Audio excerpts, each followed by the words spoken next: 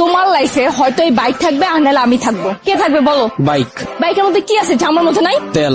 ফাইজলামি করবা না, আমি কিন্তু সিরিয়াস মুন না। তুমি আজকে ফাইনাল ডিসিশন নিবা, তোমার লাইফে এই বাইক থাকবে আর নাহলে আমি থাকবো। তুমি বলো কে থাকবে? বাইক। এত যে বাইক বাইক করতেছো, কি পাইছে বাইকের মধ্যে? হ্যাঁ, যা আমার মধ্যে নাই? ব্রেক। ব্রেক মানে? আমার এই বাইকের ভিতরে একটা ব্রেক আছে, ব্রেকটা যখন চাপ দেই ও থাইমা যায়, কিন্তু তোমার ভিতর কোনো ব্রেক নাই। তোমার থামতে বললে তুমি থামো না। তোমার সাথে রিলেশনে আসার পর থেকে বলতে পারবা কোনো কিছুতে তোমার আমি থামাইতে পারছি? আমার কোনো কথা এখন পর্যন্ত তুমি শুনছো বা আমার কোনো কথার দাম দিছো বলতে পারবা? কিন্তু ও শুনছে, ওর মধ্যে একটা ব্রেক আছে। ওরে যখন আমি চাপ দেই, ওরে যখন আমি থামতে বলি, ও থাইমা যায়, কিন্তু তুমি থামো না। তোমার আমি থামাইতে পারি না। তোমারে যখন কোনো কিছুতে না করি, তুমি আমারে উল্টা প্রশ্ন করো, এইটা কেন করব, ওইটা কেন করব। এই, ও কি কথা বলতে পারবে যে ও তোমাকে প্রশ্ন করবে? এইটাই তো আমার সুবিধা। ওরে আমি যেমনে বলি, যেমনে চালাই, ও অমনি চলে। কিন্তু তোমার আমি যেমনে চালাইতে চাই, তুমি অমনে চলো না। ওরে নিয়ে আমার কোনো প্যারা না। তার মানে আমি প্যারা? অবশ্যই প্যারা। তোমারে নিয়ে আমি প্রতি মুহূর্তে আতঙ্কে থাকি। কোন ছেলে তোমার মেসেঞ্জারে নক দিল, কোন ছেলে তোমারে আবার ডিস্টার্ব করলো, কোন ছেলে তোমার প্রোফাইল পিকচারে যে একটা লাভ রিয়েক্ট দিল।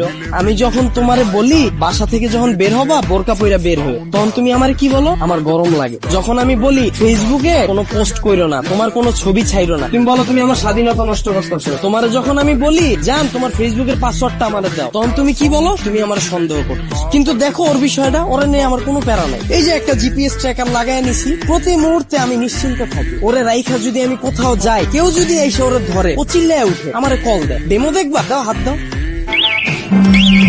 এই যে কল চলে আসছে। আবার তুমি দেখো, যদি আমার কোনো ফ্রেন্ড বা আমার কোনো কাজিন আমার এই বাইকটা নিতে চায়, আমি নিশ্চিন্তে দিয়ে দিই। কারণ কি বলতো, আমার এই জিপিএস ট্র্যাকারের ভিতর লোকেশন সেট করা যায়, ও কতটুকু এরিয়ার মধ্যে থাকবে। আমার ফ্রেন্ড যখন এটা নিয়ে যায়, আমি একেবারে নিশ্চিন্তে ঘুমাই। কারণ এরিয়ার বাইরে গেলেই আমার বন্ধু যাবে, কিন্তু ও যাবে না। ও কতটা লয়াল একটু চিন্তা করো। কিন্তু তোমার দিকটা একবার দেখো, আমি যদি তোমারে রাইখা বিদেশে যাই, সুরঙ্গ ছবির মতো আরফান নিশোর মতো অবস্থা হইব আমার। দেশে এসে কি দেখুন জানো, আমার বন্ধু তোমার নিয়ে বাইকে গেছে। এখন তুমি বল, বাইক রাখলে ভালো হবে না গার্লফ্রেন্ড? এত যে বড় বড় কথা বলতাছো, আমাকে নিয়ে লাস্ট কবে বের হইছো মনে আছে তোমার? তোমারে নিয়ে বের হয়ে আমার কোনো লাভ আছে? তোমারে নিয়ে বের হইলে 8-10টা মেয়ে যদি তাকায়, তাও মুখ ফিরিয়ে যায়। চিন্তা করে, এটার লগে তো একটা আছে। কিন্তু যদি আমার এই বাইকটা নিয়ে বের হই, 8-10টা মেয়ের সিরিয়াল লেগে যায়। এখন তুমি বল, তোমারে চুজ করা ঠিক হবে না আমার বাইকটাকে? এত যে বাইক বাইক করতেছো না, এই বাইক একদিন তোমার জীবনটা খাইবো। তাও ভালো, ভিতরে কোনো কষ্ট থাকবো না, গেলে গা একবারে যাবো। মানে? তোমার লগে রিলেশনে যাওয়ার পর থেকে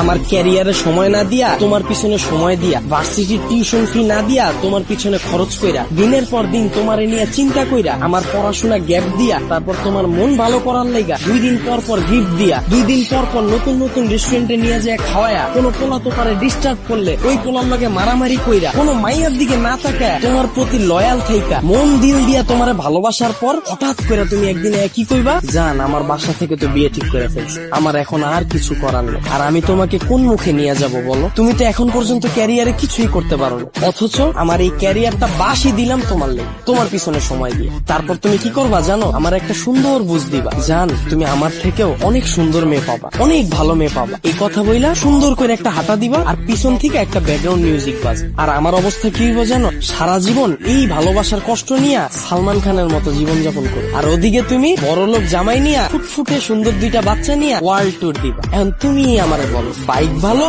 না তুমি?